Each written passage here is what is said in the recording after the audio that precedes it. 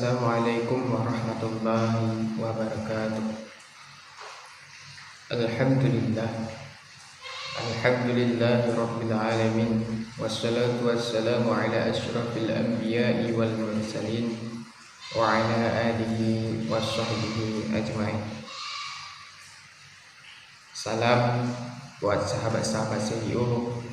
Semoga Allah melimpahkan karunia rahmatnya, dan semoga kita diberikan umur panjang dan dimudahkan segala urusan baik di dunia maupun di akhirat kelak. Oke sahabat-sahabat, pada video kali ini kita akan membahas ataupun memberitahukan tentang rukun syahadat. Tapi sebelum lanjut ke dalam videonya, alangkah lebih baik bagi sahabat-sahabat yang belum subscribe, silahkan subscribe dulu channel ini agar cepat berkembang dan agar saya lebih semangat pula untuk membuat video-video selanjutnya. Dan jangan lupa tinggalkan like juga dan share sebanyak-banyaknya agar bagi teman-teman kita yang belum tahu tentang rukun syahadat ataupun tentang rukun lainnya bisa ikut belajar bersama kita. Oke sahabat-sahabat, rukun syahadat itu ada 4 pembagian, ataupun rukun syahadat itu ada 4 perkara. Yang pertama itu mengisbatkan zat Allah. Apa yang dikatakan dengan isbat?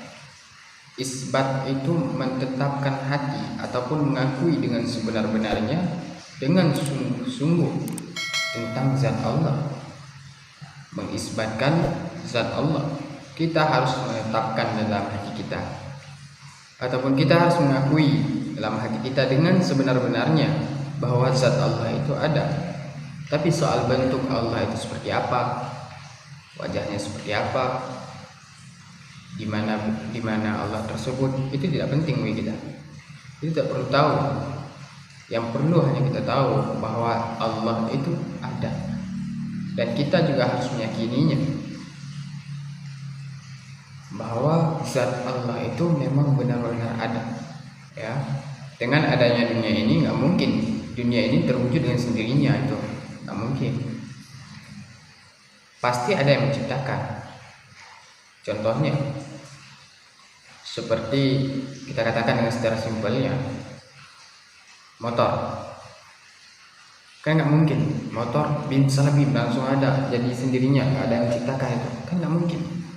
Motor ada yang menciptakan. Begitu pula dengan dunia ini, nggak mungkin ada yang sendiri.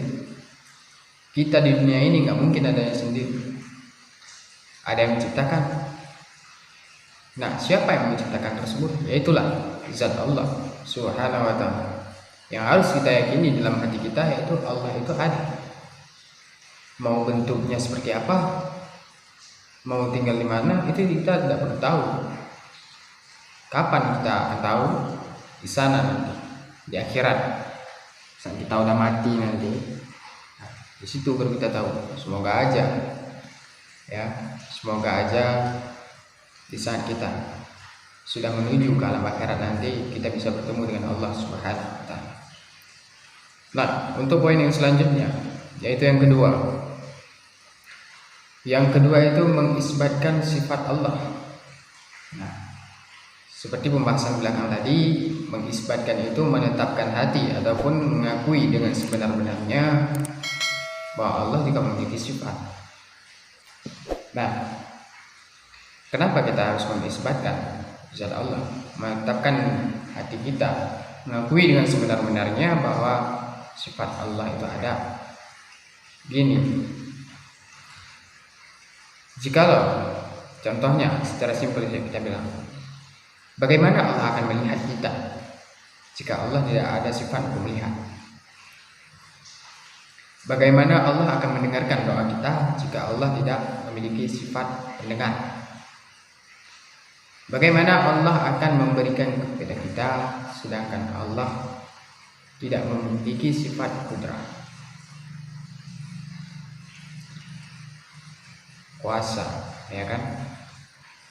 Nah, karena Allah memiliki semua sifat ini, maka Allah mampu segala-galanya, mampu untuk memberikan segala-galanya, mampu untuk mendengar apapun itu, dan mampu untuk melihat barang sehalus apapun itu, dan bahkan Allah mampu melihat barang yang tidak bisa kita lihat. Nah, jadi poin yang kedua itu mengisbatkan sifat Allah. Nah, untuk poin yang ketiga itu mengisbatkan af'al Allah. Apa itu af'al? Af'al itu perbuatan. Af'al itu perbuatan Allah. Allah yang telah menciptakan 7 lapis langit beserta isinya dan 7 lapis bumi beserta isinya dan barang di antara keduanya tersebut. Contohnya seperti kita ini berada di antara langit dan bumi, yaitu pertengahan.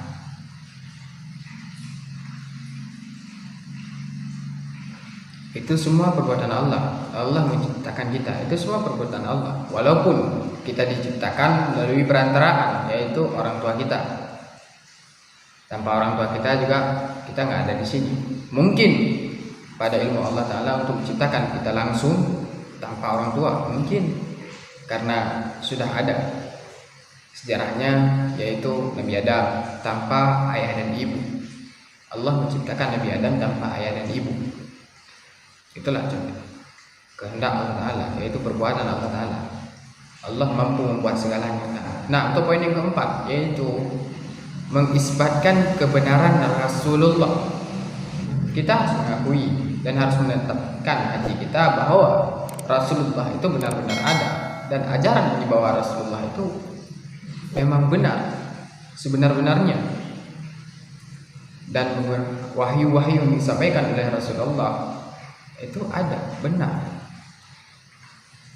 Tidak ada ilat ataupun tidak ada celah untuk menyalahkannya, karena itu semua itu benar. Nah, jadi itulah 4 rukun syahadat. Yang pertama itu mengisbatkan zat Allah, mengakui ataupun menetapkan hati kita bahwa Allah itu ada. Dan yang kedua, mengisbatkan sifat Allah, mengakui Allah mempunyai sifat, dan bahkan Allah mempunyai sifat yang tidak pernah dimiliki oleh manusia ataupun yang tidak pernah dimiliki oleh makhluk-makhluk lainnya. Dan yang ketiga, mengisbatkan af'al Allah, yaitu meyakini dan menetapkan hati kita bahwa semua kejadian baik di dunia nanti, baik di akhirat nanti, baik di dunia maupun di akhirat, itu semua perbuatan Allah melalui perantaraan-perantaraannya. Dan yang terakhir itu mengisbatkan kebenaran Rasulullah. Nah, jadi kita harus meyakini dan menetapkan hati kita, dan harus mengakui bahwa Rasulullah itu ada, dan Rasulullah itu benar, dan apa yang disampaikan oleh Rasulullah itu semua benar. Jadi hanya ini yang dapat saya sampaikan. Lebih dan kurang mohon maaf. Saya akhiri, wabillahi taufiq wal hidayah. Assalamualaikum warahmatullahi wabarakatuh.